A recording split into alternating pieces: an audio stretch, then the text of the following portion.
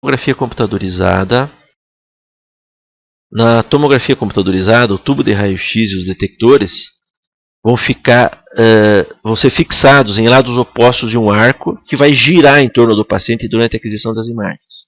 O tubo lança um feixe de raio-x muito fino que corta o paciente e descrevendo um trajeto helicoidal,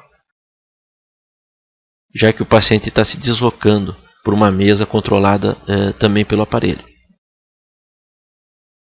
É como se fosse uma casca de uma laranja, o trajeto do raio. Então os computadores coletam as informações dessa hélice e remontam a região examinada numa matriz 3D.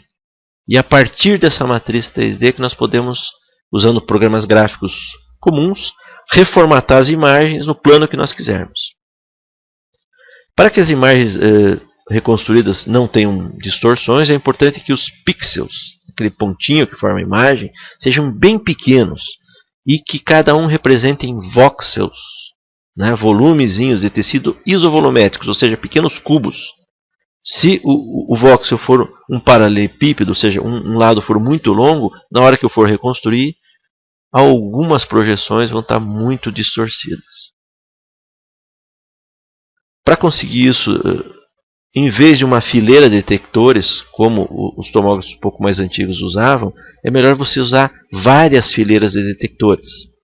16, 32, 64, até 256.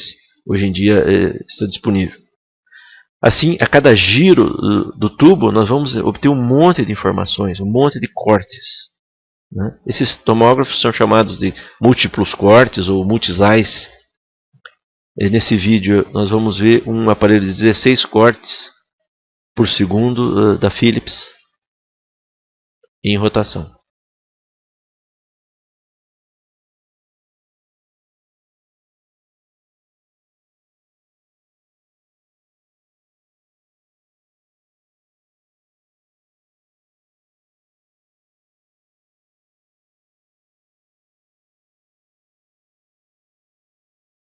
As imagens permitem uma demonstração anatômica excelente de qualquer parte do corpo humano e em qualquer plano de corte. Também permite, usando programas gráficos, reconstruções tridimensionais, coloridas, muito bonitas, com alta qualidade. E vale lembrar que a tomografia computadorizada foi o primeiro método que permitiu visualizar o encéfalo. As vantagens da tomografia computadorizada são o excelente contraste, o fato de não haver sobreposição, já que a imagem corte, todos os métodos mais modernos utilizam cortes, então a sobreposição deixa de ser um problema, como acontece nas radiografias.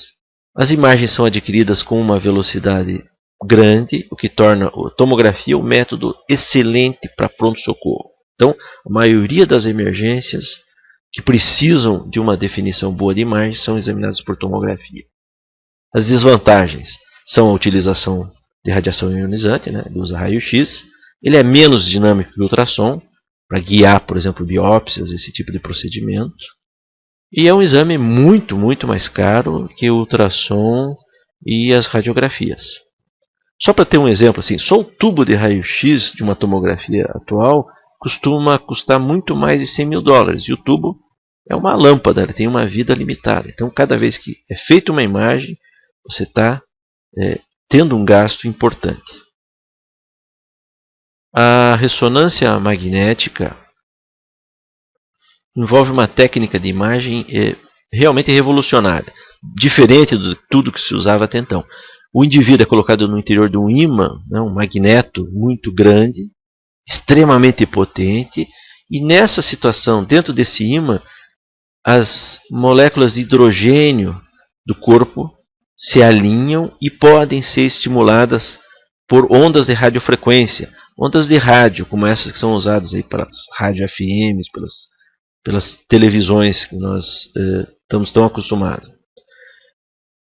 Se essa onda for mandada numa frequência muito específica, como se estivesse sintonizada no paciente, o corpo humano absorve energia e retorna essa energia, uma energia bem fraquinha, mas que pode ser captada por antenas ou bobinas colocadas bem próximo da região de interesse.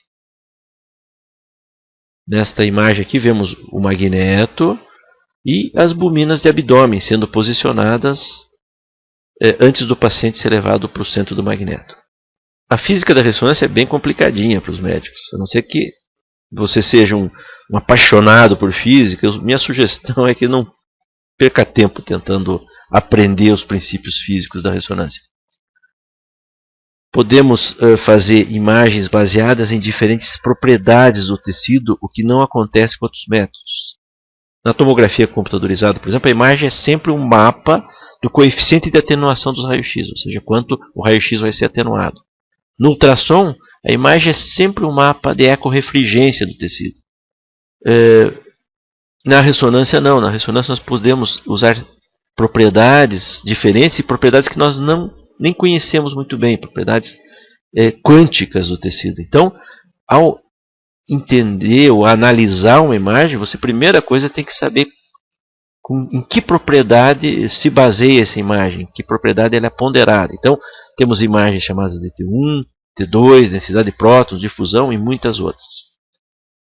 Além disso, as melhores propriedades para formar a imagem são, ou seja, aquelas que têm maior contraste, maior diferença entre um tecido e outro, são essas propriedades que a gente não tem conhecimento. Não é só a quantidade de água, por exemplo, que é mais ou menos o que o raio-x mede, mas a forma como as moléculas trocam energia entre si e depois voltam ao repouso. Para simplificar, vamos dizer que os principais tipos de imagens são baseadas em propriedades chamadas de T1 e T2, melhor esquecer o que elas significam. E como que nós vamos saber se uma imagem é T1 ou T2? Na maioria das imagens está escrita em algum lugar aqui dos cabeçalhos, né, que compõem a imagem, estão em volta aqui da imagem, se ela é T1 e T2. Um macete que falha muito, mas que dá para usar num número razoável de vezes, é olhar alguma coisa com característica de água. A água tende a ser branca no T2 e escura no T1. Só vejam aqui, essas são imagens no mesmo plano do encéfalo. A tomografia mostra muitos detalhes, mas a ressonância mostra muito mais. Além disso, a ressonância pode ser aplicada no corpo inteiro, desde que os tempos de aquisição não prejudiquem a imagem, ou seja, que os movimentos naturais ou não da região examinada não deteriorem demais a imagem. As vantagens da ressonância são não utilizar radiação ionizante. As ondas de rádio aparentemente não causam dano nenhum no corpo humano. É o método que tem a melhor resolução de contraste conhecida, e esse contraste, como nós já vimos, pode variar conforme a técnica utilizada, ou seja, eu posso, na verdade, fazer vários exames de uma determinada região baseado em características diferentes do tecido, e ser uma técnica que, apesar de já ter em uso 30 anos, ela ainda está em evolução. A cada ano lançam-se novidades importantes que melhoram a qualidade dos exames.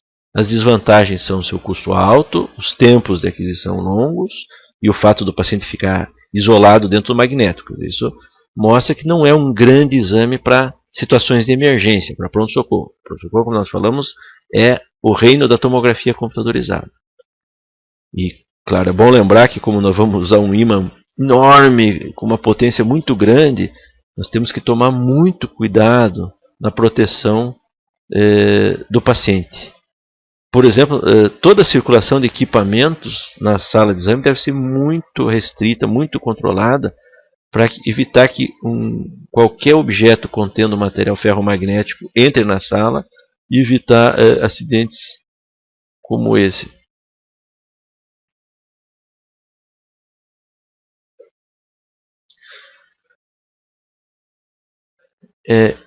Em algumas situações, a ressonância também apresenta desvantagem em relação ao tomo, principalmente na demonstração do pulmão, da cortical óssea, da presença de calcificações e da hemorragia subaracnoide. Essa é uma visão muito rápida e superficial sobre os métodos de diagnóstico por imagem. Vamos a seguir saber um pouquinho sobre a formação das imagens no raio-x. Obrigado.